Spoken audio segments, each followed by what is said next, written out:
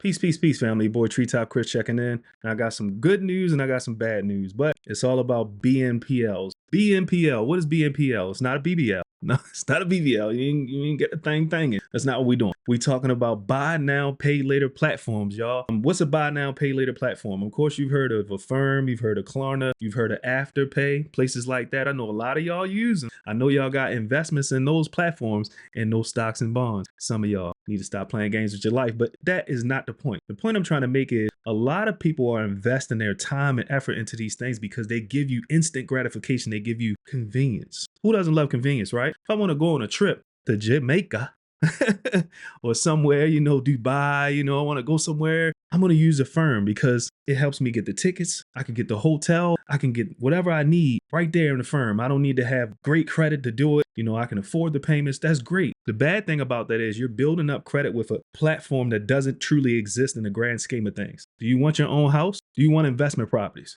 Do you need money for emergencies? You're not going to get that if you invest in buy now, pay later platforms. Why? Because it doesn't report to your real credit. That's why it's so easy to get it, because it doesn't have any effect on that. Yes, they will take your credit into account in a certain sense, but it's a soft pull. It's not a hard pull. If you're not able to get it, it's not a bad thing. It doesn't harm your credit. But a lot of y'all like the fact that there's no consequences for money when it should be. It absolutely should be, because you're going to need to be aware of consequences as you grow when it comes to wealth. This page, I talk a lot about wealth. I talk a lot about growing. I talk a lot about lines of credit, personal loans, etc. But when you're building out these platforms, you can't take it to the bank and say, hey, Klarna gave me $7,000. Can I get a $7,000 line of credit with y'all at Bank of America? They're going to be like, what's Klarna? Oh, I heard of that.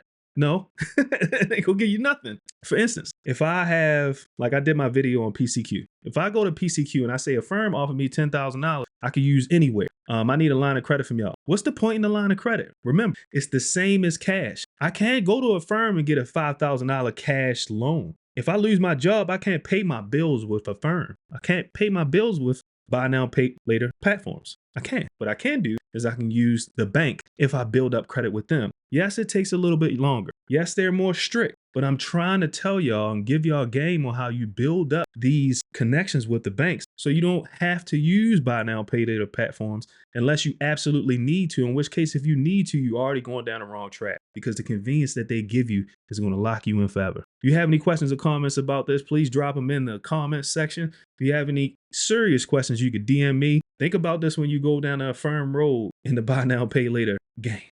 Your boy Treetop Chris checking in. Peace and love.